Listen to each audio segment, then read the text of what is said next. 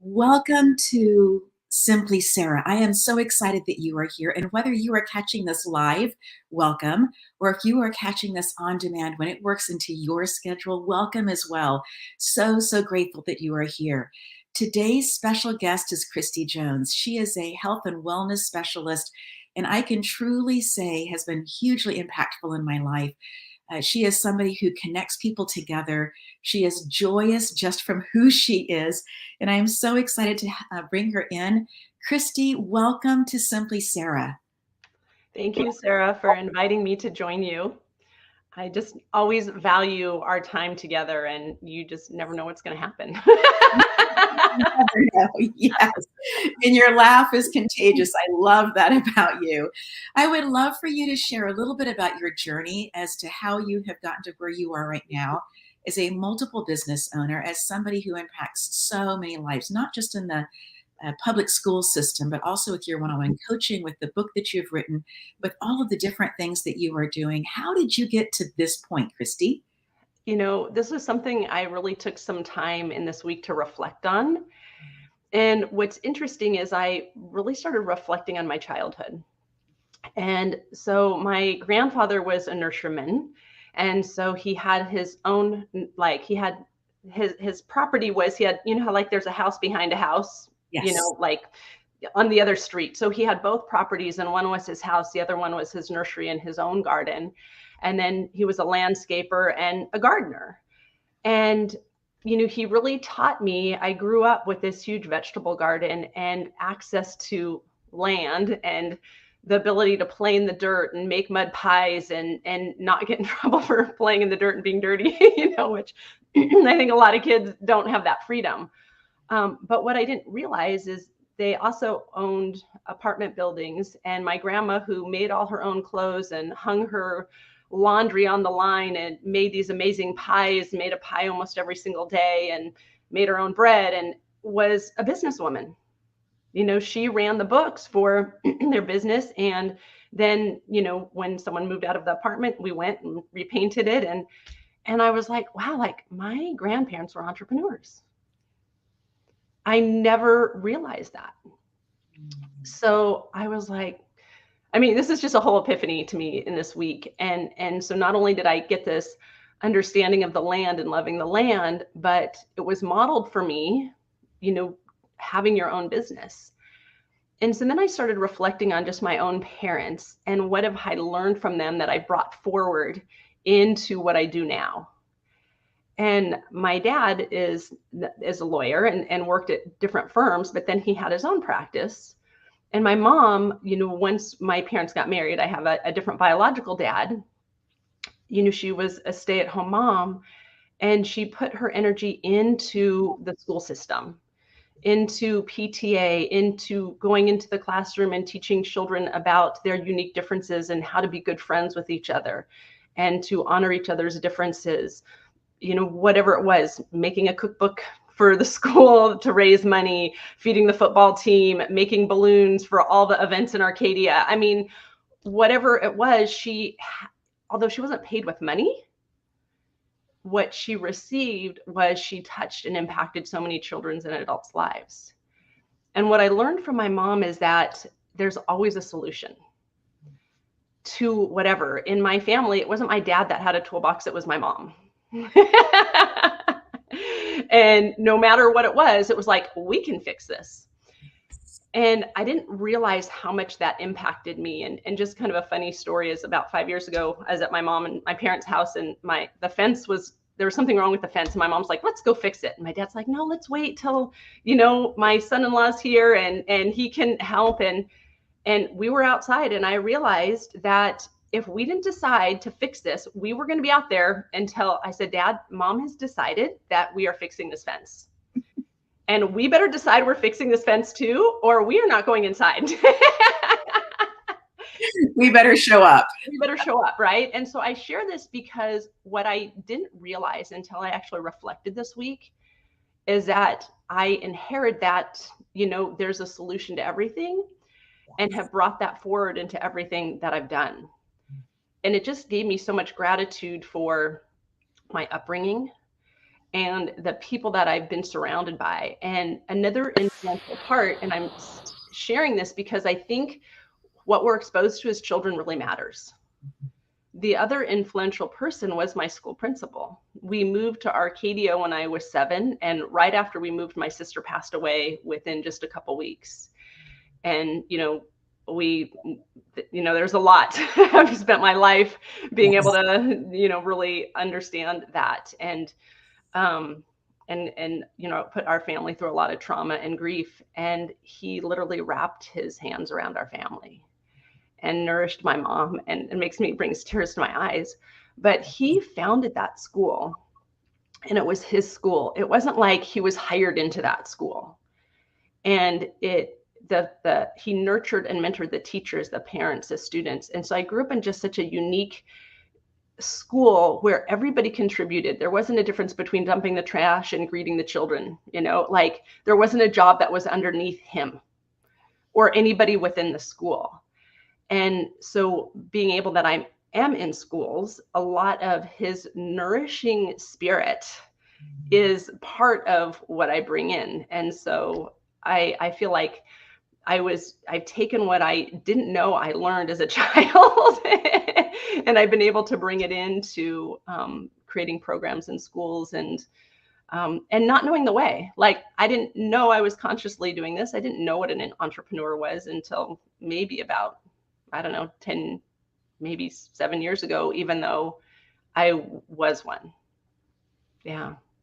Christy, that is so enlightening. As I think about all of the things that you do and how I know you, you are in schools, which has to do with the principal who is so influential, but also with your mom.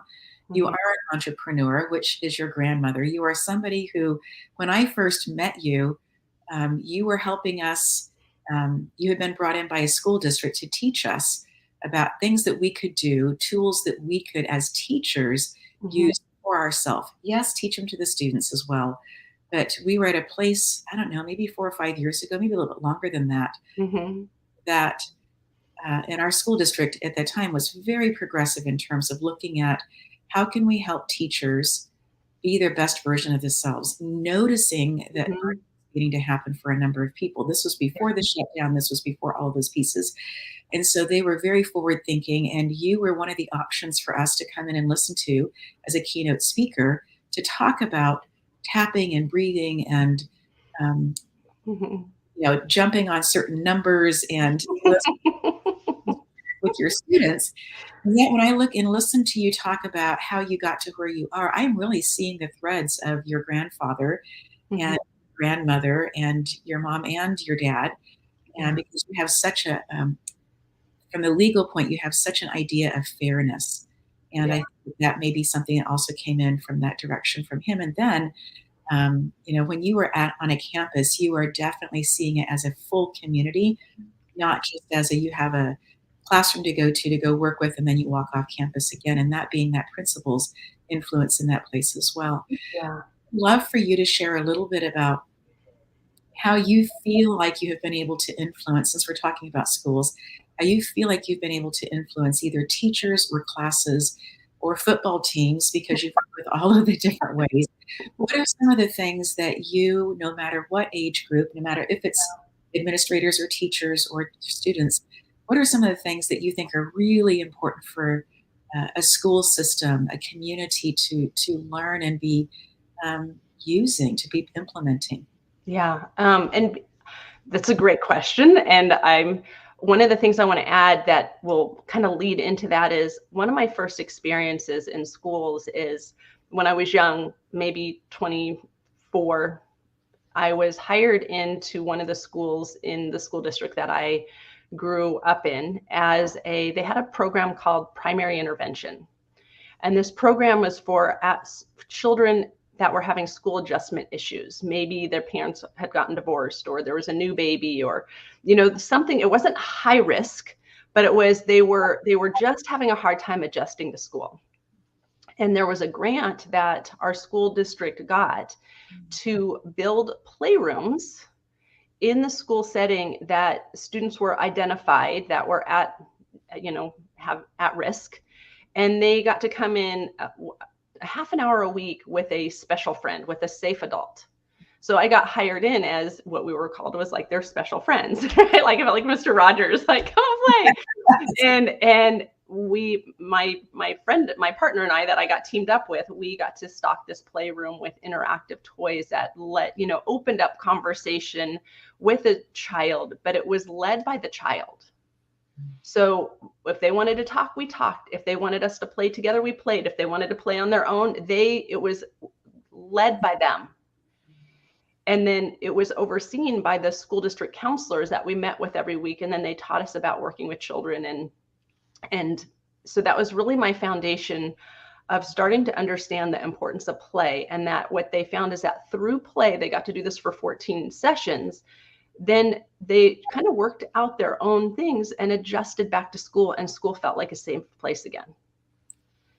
And I mean, it was such a beautiful foundation to learn and to start understanding that the value of play, and that children, a lot of times when they're given that space, they can work out their own things, Yes. and that we're learning from them. So that foundation really flows through everything that I do with my personal clients, whether they're an adult or whether it's a child or a teacher. Understanding the importance of play is really important.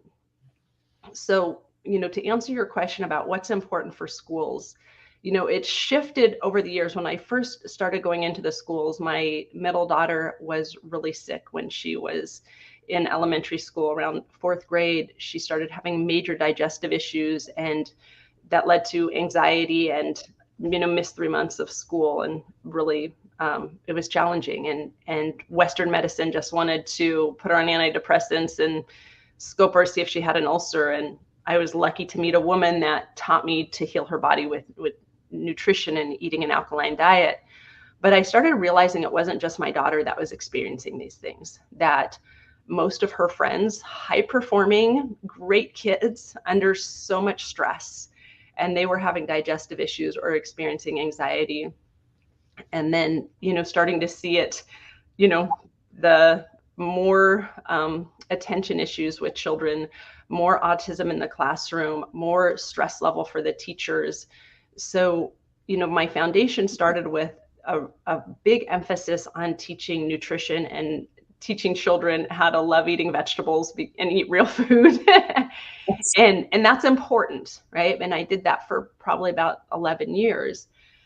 And then that's when you and I met, was I started seeing like, okay, the food part's important, but we've got to start really managing the stress level that the teachers and the students are experiencing, and found that movement is really important, that the movements that I teach are a combination of Tai Chi, Qigong, yoga, simple movements that really help shift our energy in our body. And, coming out of COVID, I had to shift everything because I could no longer be bringing food in the classroom. And then students stress level off the roof, teachers stress level off the roof. And they're like, well, what can you do? I'm like, well, let's play. Let's see what we can do. But what it's really come from in the last couple of years, what I've discovered is one of the most important things that I can teach is how to understand our energy. And that it's not normally taught. What is most important to us, like who we really are, can't be seen. Right. We see our physical bodies, but we don't understand ourselves. We don't see ourselves energetically. Yeah. And so starting to bring in that conversation to teachers and students that we are energy, right? Yes. And being able to start working from that place is key. Christy, I just put your link below because at this point, usually I do a little bit later in the show, but I wanted people to have access to it right now, because one of the things that I think is so helpful for people, the majority of people learn from watching. That's not everybody, but the majority of people do. Mm-hmm. And you created a whole series of videos that are easily accessible, but the one that you posted this last week or recently was one where you had another person there, and when both of you touched the ends, it lit up, right? I'm going to show you that in a second. I just wasn't. Oh, you want to see that now? Sure. If you have it now, I'd love for you to pull that out now. So one of the things, if we can understand, it's hard to understand that we're energy because we can't see energy. Right. But, one of the things I discovered, and this was through meditation, I was meditating on how can I teach children that they're energy, and was led to a link that led me to this energy stick. And so what this is showing is that we're a conductor, we're a human conductor. For a light switch to work, you need a complete circuit of energy. Yes. Well, we are that complete circuit. So with this energy stick, if I put one hand here and then I put the other hand here, right, my energy is flowing through from one side to the other side and lighting up the stick. There's no on-off switch. Right. Now, if we were together and we each held the stick and then we held hands, our energy would flow through each other. Yes. So in schools, I have classrooms, I usually work per classroom, Right. versus, because you want a smaller group. Right. I invite the students to stand in a circle and hold hands. Yes. And then the last two connect their energy and it lights up the stick.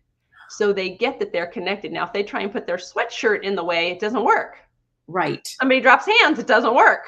Right. And if it's too intimidating for them to hold hands with people, then they don't have to be in the circle. It's okay, right? They have a choice in that. Yes. But they all of a sudden start understanding that they're interconnected. Yes. And what a powerful visual for students to realize that there is this interconnectedness between us. We are not separate from each other. And so, I teach them that they have this energy field around them, and to be aware that it's, it's 8 feet out. And we talk about, have you walked into a room and people are happy and you feel it? And they're like, yeah. Have you walked into a room and people are angry and you feel it? Because we are interacting with each other's energy fields. Yes. And so this gives them that understanding of what their energy field is like. And so, I'm teaching them the only thing that we can be in charge of is our own feeling. We can't be in charge of someone else's feeling. We can feel it, but we're in charge of our own energy field. Yes. And if we take care of our own energy field, right, and we can balance our energy, and we've got to notice, when am I feeling like, when do I feel like good? Right? Like, think of something you love. I have them close their eyes and bring their awareness inside, and then focus on, imagine you're doing something that you love. How does that feel inside your body? Do you feel light? Do you feel energized? Do you feel excited? Do you feel happy? Like, what do you become aware of. So they're starting to understand their own internal energy. Yes. And then, think about something that's challenging for you. How do you feel?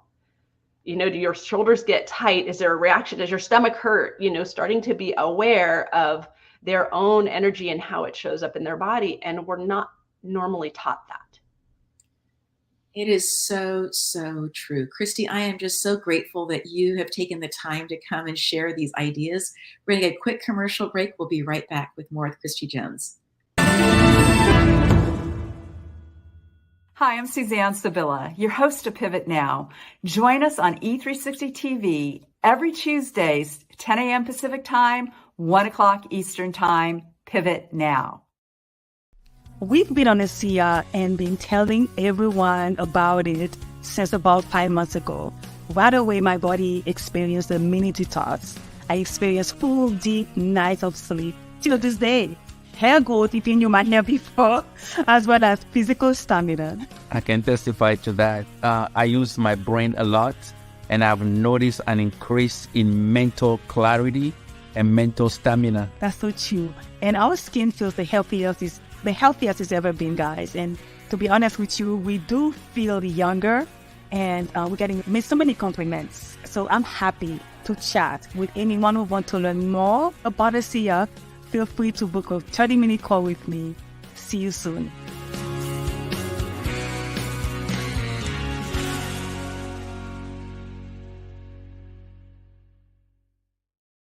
We are having a fabulous conversation with Christy Jones, and she is sharing different concepts and ideas that she has learned through truly a lifetime of being aware. With her grandfather, that he was somebody who was gardening, and so she got a chance to be in the dirt and play in the dirt, and how formative that was for her. And noticing that her grandmother was somebody who was taking care of the books for the business, and that she was an entrepreneur, and getting to go help when somebody moved out, to go clean and help and be part of that process as well, watching, gleaning, taking in that information. And then realizing that her mom is somebody who is just absolutely a can-do person, putting her mind to something and making the decision to do that. And Christy has that attribute that she got so beautifully from her mom. And then from her dad, this idea of being fair. And he's a lawyer. And so this concept of showing up for everybody, no matter what. And then her principal, when she was in elementary school, being the person who actually got to found the elementary school. He had such an understanding of community and ownership that no matter who you were, if you were on campus, you were part of all of it. And what an incredible piece that is.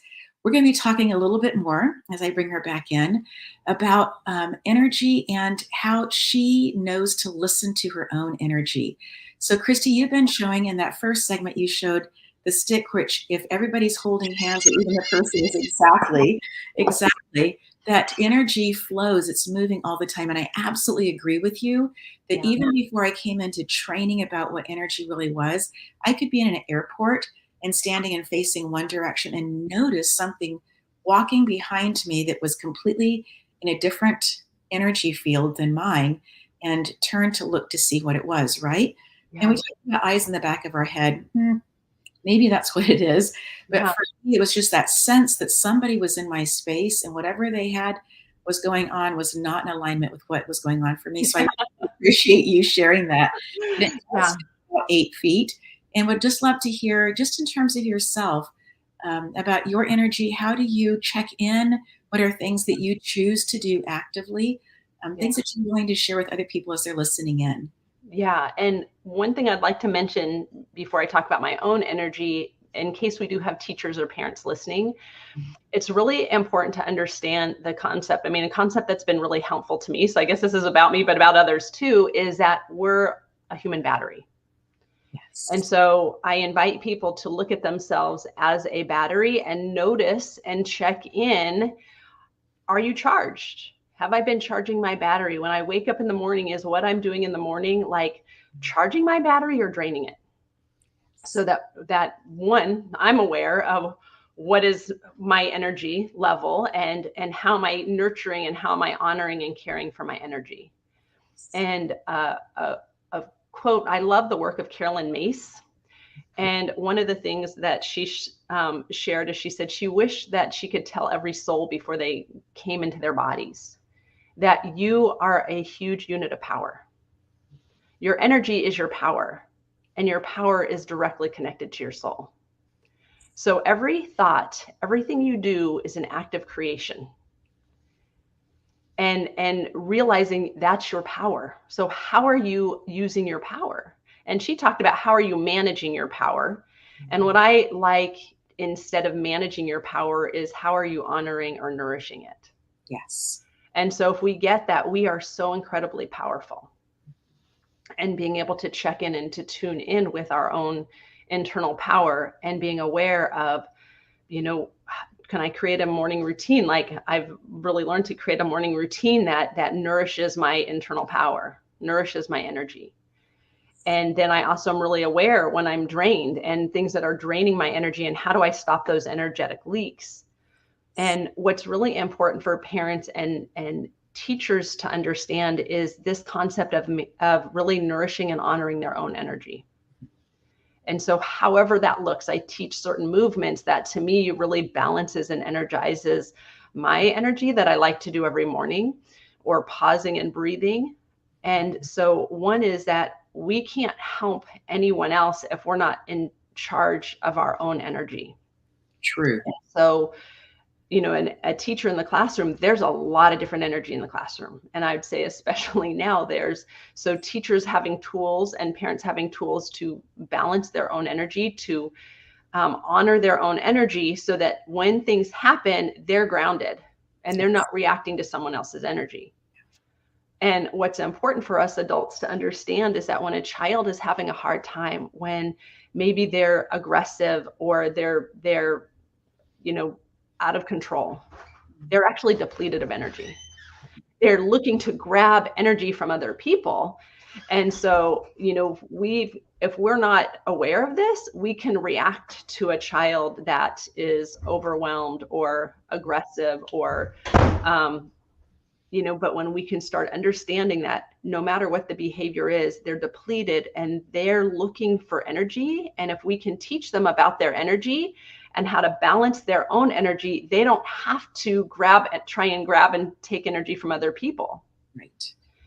And so I guess I've answered your question in one way. I balance it. I love that. And I know that morning rituals can be so powerful. And I remember being a mom with a small child. This is 26 years ago.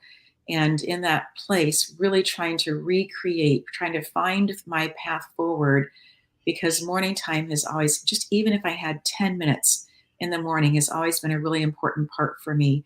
I grew up in Africa. And so like you, I had the opportunity when I was very young to be outside, bare feet on the grass. Mm-hmm. And probably one of the reasons why I really enjoy going to Hawaii is for that same reason, specifically Kauai, the garden island, is because there are just so many pieces that remind me of my childhood, being able to be barefoot, going out early in the morning and hearing the birds, having had rain the night before, some of those pieces of the jungle. And so, but for people who are in these in-between places, we recently sold a piece of property and I have found myself in between, and that's completely fine.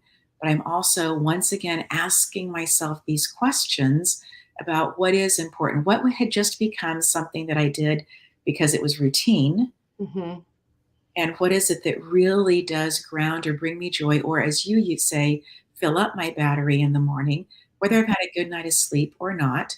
What is it that is really comforting for my soul to come into a new day? And this morning I had the opportunity to sit and I was looking at a huge window on a whole bunch of it's a gorgeous piece of property. Mm-hmm. It has huge trees on it and healthy vines, and I just really came to, again, that understanding for myself that being able to have something warm to drink in the morning and looking out and seeing nature is so powerful for me. It just helps me come from the asleep world into the awake world and remembering that I am connected in. And that has been such a good relearning in between time. Yeah. Christy, what are some of the things that you are working on or looking at or considering and thinking about? Because there are entrepreneurs who are listening to this, people who've been doing it for decades, people who are solopreneurs who are thinking about considering. And I know that you have done an amazing job of putting pieces together, being very, very thoughtful in your verbiage, being very wanting things to dovetail together so that there was this congruency in your work as well. And so as you are looking at some things and pieces, what are some things that you are looking at possibly adding or creating or working on? Yeah, I mean, well, I'm just going to say I agree with you. That connection to nature just resonates with my soul. I mean, even right before we hopped on, I had 5 minutes to get outside barefoot and do some, the 4-minute Zach Bush workout and Yes. and some Yeah. brain gym breathing and bringing myself to center and then coming back in the house. So that connection to nature is vital for me as well too. Even before I leave for school, I'll take my shoes off, and even if I have 2 minutes, ground my energy before I get in the car. Okay, so your question was You mentioned Zach Bush, and I know that Okay. I've seen on social media recently that you've spent time with you, and I've talked about your opportunity and being with. And so I know that that's part of this. You've also been doing the brain gym. And Yeah. so as you are looking at what you are bringing in Bringing next, in. yeah, Okay, yes. working on. Thanks for that reminder. It went away for a second. I start thinking about nature and everything goes away. It's really interesting because I've had a time to, I fell, I mean, you know this because you've been on this journey with me 3 weeks ago, and had a really hard fall that, allowed me 3 weeks to be still. And in that, it has been the most transformational time to connect with people that I haven't connected with. And, I mean, one thing that came right before that fall is I was able to, Zach Bush is somebody that I have really aligned with. So if you aren't familiar with who Dr. Zach Bush is, even on my Linktree, I have a video of his that you can listen to and start to get familiar with him. But I was introduced to his work about 6 years ago, and I happened to be home from work one day, and he just came up on Facebook and started talking about where we are in the lack of health in our children and adults, and that a lot of it goes back to what we've done to our soil, and that we've depleted our soil using Roundup and overuse of antibiotics. And what he shared was exactly the story of lack of health that I saw in my daughter and her friends. And from the time that I found out about who he was, I have spoke his message to school districts, to parents. And so that's been probably about 6 years that I've been familiar with his work, and worked with his office. I'm a practitioner of a gut health product that I recommend. And so I've worked closely with his office, but hadn't had a chance to meet him in person. And so until about about a month and a half ago, and just got this beautiful opportunity to spend about an hour and a half talking to him and just aligning. And so one of the upcoming things is that he invited me to be on his next global health education talking about the importance of play and creativity and healing. And really excited about being able to have that opportunity to have conversations together that impact at a global level. And so that's really exciting. And one of his missions is he has a nonprofit called Farmers Footprint, and he's teaching farmers to go regenerative to really heal the soil. That if we can get our health as humanity is based on us healing the soil, and our soil is 97% depleted. So that call to action right now is great, that we really start nourishing our soil and building deeper connections with each other. And so in this time, I reconnected with a farmer friend of mine that I used to run an organic produce program, in my community, and reconnected with him and found out that he's totally gone regenerative. And so as soon as the school year's over, I'll be going to his farm and spending time with him and looking to connect him and Dr. Bush together. And then being able to bring programs I'm feeling called, since COVID, I haven't touched the topic of nutrition. Right. And gone more on to teaching students and teachers about their energy and how to, be aware of their energy, and feeling very called to bring that understanding of soil health into the schools. And how fun is that? And spending some time on farms. And so that's where I'm feeling called to go. I don't know what that looks like yet, know what's going to come of that, but for sure connecting with farmers. Next year, one of the schools I'll be working at is I am hired to teach nutrition lessons, and part of that grant is for them to get to visit some local farms. So Beautiful.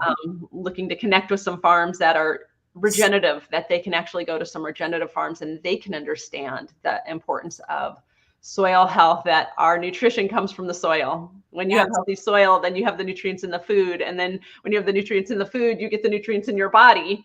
Yes. And that's an important piece. Yes. It's a hugely important piece. And I'm just going to share with you that a mutual friend of ours, the owner of Ecoterra in the village, that they have had for years students from Claremont Graduate University come to their property for a very similar kind of conversation. Okay. And it's a local piece that's right here. But I love this conversation about what are the things that we are doing. And I remember my mom, actually both of my parents came, both sides of my grandparents were farmers as well. We used to spend more time in Nebraska on the farm than we did in Tennessee. However, in both of those situations, we next to the house in both places was a huge vegetable garden. And we would go out and we would, depending on what time of year we were there, either helping to plant or helping to harvest and do some of the canning and freezing, the preparation. And yes, there's definitely work that goes into that. But there is also such a beautiful thing that happens inside of our own body when we are out working with soil that is good, nutrient-dense soil. We're breathing it in, it's under our nails, it's all of those things. And as you talk about people being connected energy-wise and being able to hold on to and see that, we're also connected then into the earth, right? Yeah. And so what we're able to do that way makes such a huge difference. And if you're not familiar with Dr. Zach Bush, he is a triple board certified physician here in America. And so he has sat for boards in 3 different separate areas and passed all of them. And in that process has been looking for ways to be able to help not just us humans to feel better, but looking also then how can we help heal the world and have that be healthy as well.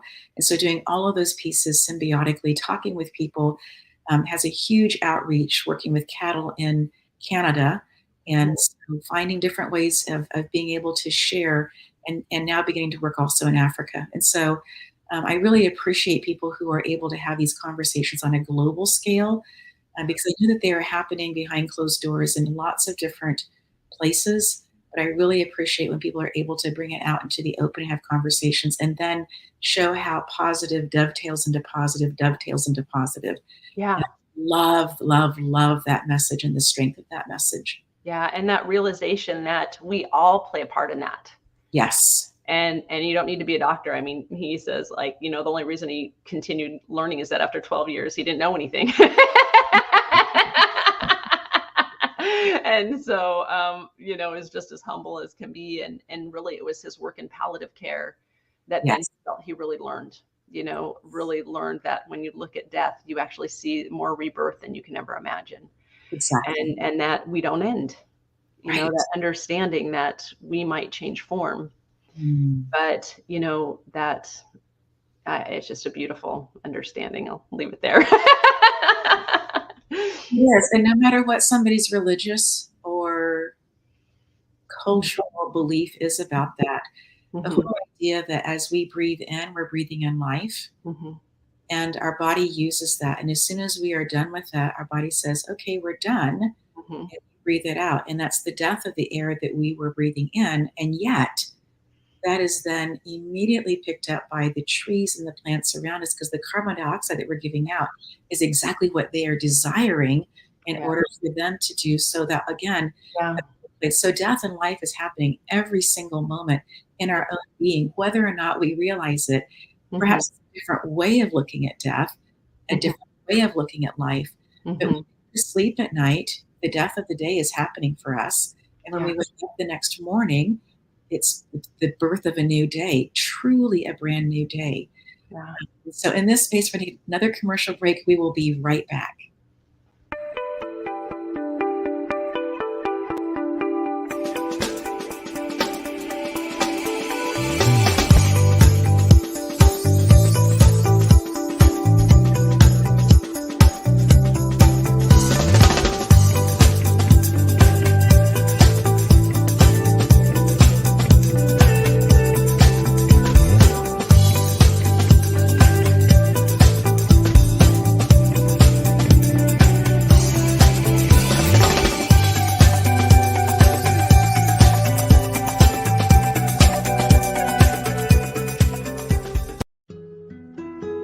Life is so fragile, and we're constantly reminded just how fragile life can be, especially when we or a loved one is told we have cancer. Cancer survivor myself, I can tell you, we still feel very alone in this journey. There's a study that's been shown that patients who are socially isolated have a worse prognosis, have a worse outcome than patients who are socially interconnected. Buddies for Life is a non-profit cancer support group for those whose life has been impacted by cancer. Humor, hope, heart, and hugs. Humor, hope, heart, hugs, and a whole lot of love. Share this with your friends and family and support this community in every way you can. No one should face cancer alone. I am a chemo buddy for life. We are a buddies network. No one does cancer alone. Be a buddy. And we are all here for you as a community of love. We are chemo buddies for life. And if you've heard 3 words, you have cancer, for yourself or someone else, you belong with us at Chemo Buddies for Life. Healing through connections.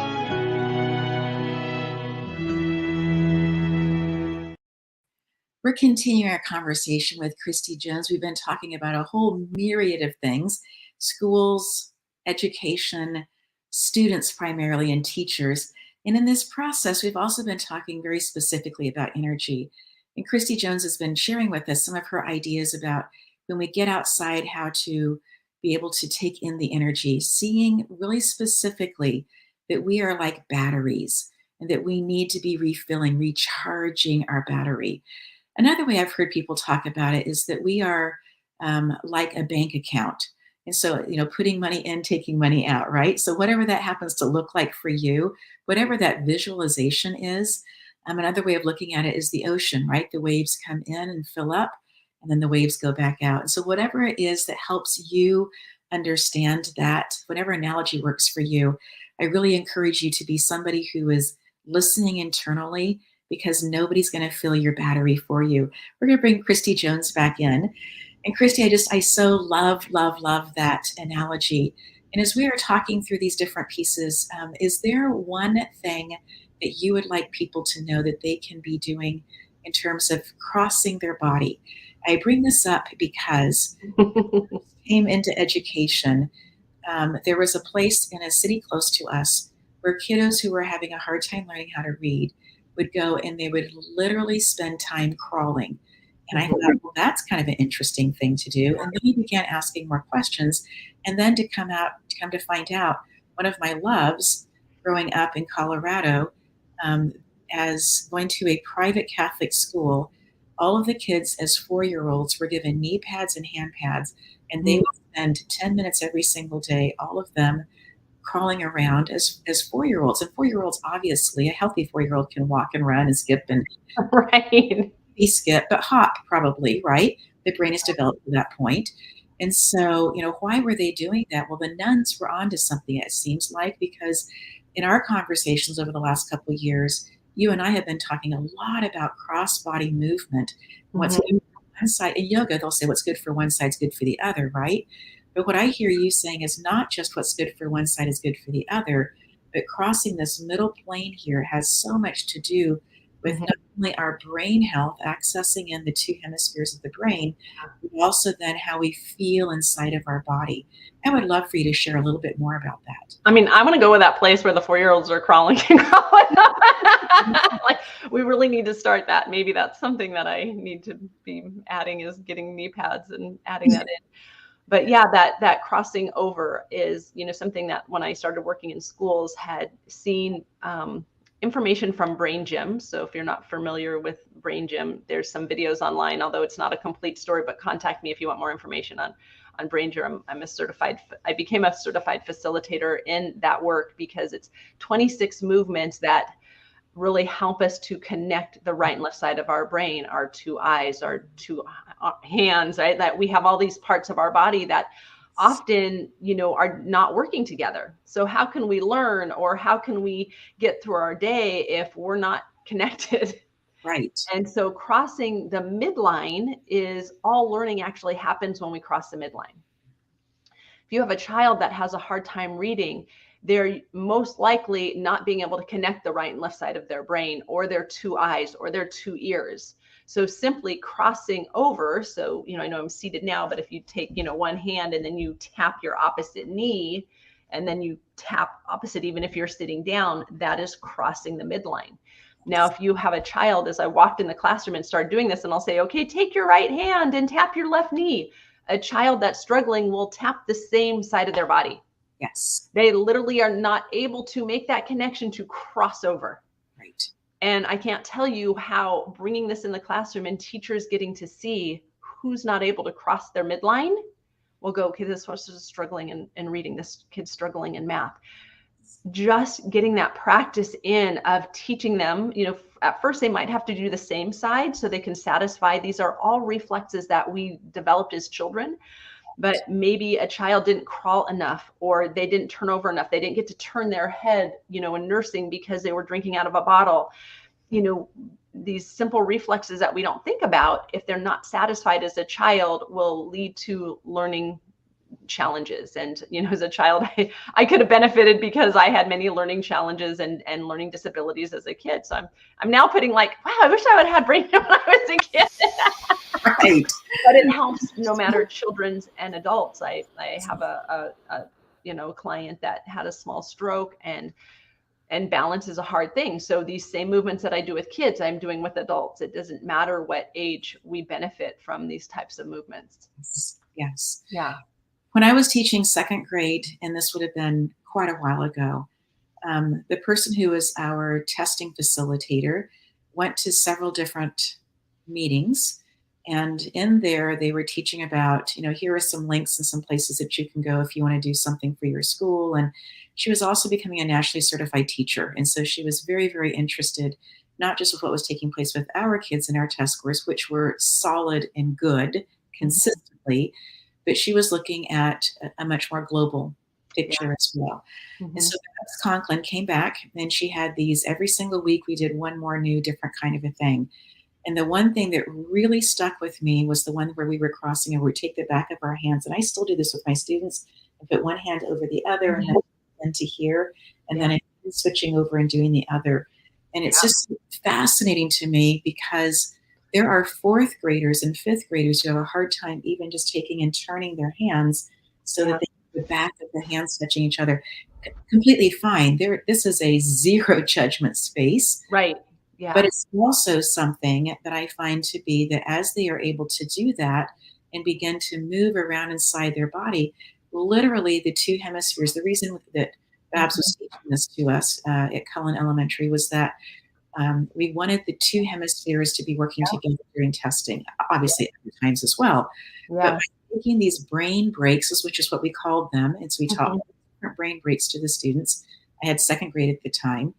When we were doing these brain breaks, the whole idea was to be able to come back in with the brain, listening to both sides, because one side is very, very logical. The other side is extremely creative. And so often when we're taking a test, we will something, we will look at it, and then the side of our brain that we more easily access will take over. Well, if it can't figure out the answer, then it gets stuck. It starts looping. Yeah. And inside of that becomes this next thing, which is that anxiety of, can I finish in time? Can I finish? Can I, will it be good enough? All those things. And yet, if we can bring our brains back into a place by crossing over that midline area and be able to come back into our body, it makes such a difference. And I will tell you that I love to travel. But when I'm traveling, I'm picking up energy that's around me, and I'm aware of this. And I don't necessarily like that feeling. And so that I will go into public bathrooms, to go into a place, close the door, so that I can actually not necessarily be using the restroom, but just go in and move my energy around, and to be doing some of these things that maybe I don't want to necessarily be doing in public, whatever that is. Although I invite everyone, like when I go to the airport, I invite people to do these movements with me before I get on the plane. You want to do this with me? They're like, I haven't had anyone join me yet, but this one lady was like, when I saw you doing those movements, I wished I would have joined you. I said, yeah. Next time, join me. Exactly. And to speak to what you're saying, there's a movement in Brain Gym that's called hookups breathing, and you cross your feet. It can be done seated or standing. You cross one foot over the other. Then you do your back of your hands, one hand over the other, bring it to your chest. And you stay here just focusing on your breath for about a minute. This movement right here helps children when they're overwhelmed, literally reset their nervous system.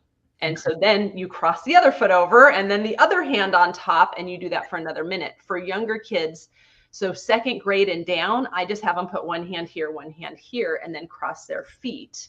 And I prefer them to do it standing because then they're working on their balance. And I have a story of a teacher that, she has 9 students with IEPs in one classroom, which is, if you're a teacher, you understand the magnitude of that.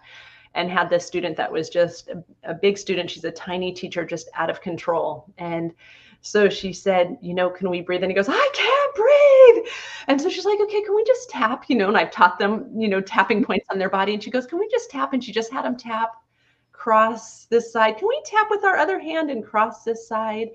And he's like tapping and, and crying. And then she said, and can we cross our feet? And he crosses until he almost falls over and just takes a breath in. Meltdown is over. And it's just so profound how we can help kids with some of these simple movements that are crossing the midline, even when they don't think that they can do it. And I was just like, the wisdom she had, okay, let's just tap, and that position, and that's on, if you go to my link tree again, I have the PACE exercise, which is actually a 4-step exercise to go from overwhelmed to integrated and to being with more ease. And I have the version more for younger kids than adults, but it helps with adults. Just know you can do this instead of that if you visit that link. So, yeah. So incredibly helpful. I am just so grateful for our time together. We have about 3 minutes left. Is there any other piece of wisdom or thing that you, as we've talked, that you just want to come back and reiterate, Christy, before we say goodbye to our audience? What's really important at the time of the world that we're in, where things can be, there's a lot going on, and it can be very hard to hear the things that we hear. People can be in an inflammatory state of just a reactive state, is for us to remember that, and this may be the first time you're hearing this, but the only thing we can be in charge of is our own emotional state. Yes. And so once again, borrowing an analogy from Carolyn May, she said, imagine you're a building and that you have 12 stories. The bottom floor is that place where we feel like a victim. We react to the things outside of us. And so, I lived most of my life in that bottom floor, reacting or feeling like a victim. But as we raise our consciousness, we realize that we can look at someone else's perspective. Maybe this happened because of, they had a really hard day or something they're going through, or, we start becoming more aware that other people's behavior isn't about us, that it's their own reaction to what they're experiencing. And our reaction to people is not about them. It's our own reaction. So if we can start being aware of whatever we're feeling as a situation, is to look internally and look at what am I feeling versus looking externally that this person did this to me. And I know this is, a work in progress, but start becoming aware of our own emotional state, and that the only thing we can be in charge of is our own emotional state. With the kids, I'm teaching them this, and as we're holding the energy stick together, and I said, if I came into the classroom and I was angry, who's responsible for my emotion? They're like, you are. I'm like, yeah, if there's something bothering me, it is my job to look and go, okay, why am I upset? And then to do something so I can bring myself to a place of being aware of that emotion, allowing it, and then letting it go, processing it however that would work for me. But I said, if I walk in that classroom and I'm angry, who's going to feel it? They're like, we are.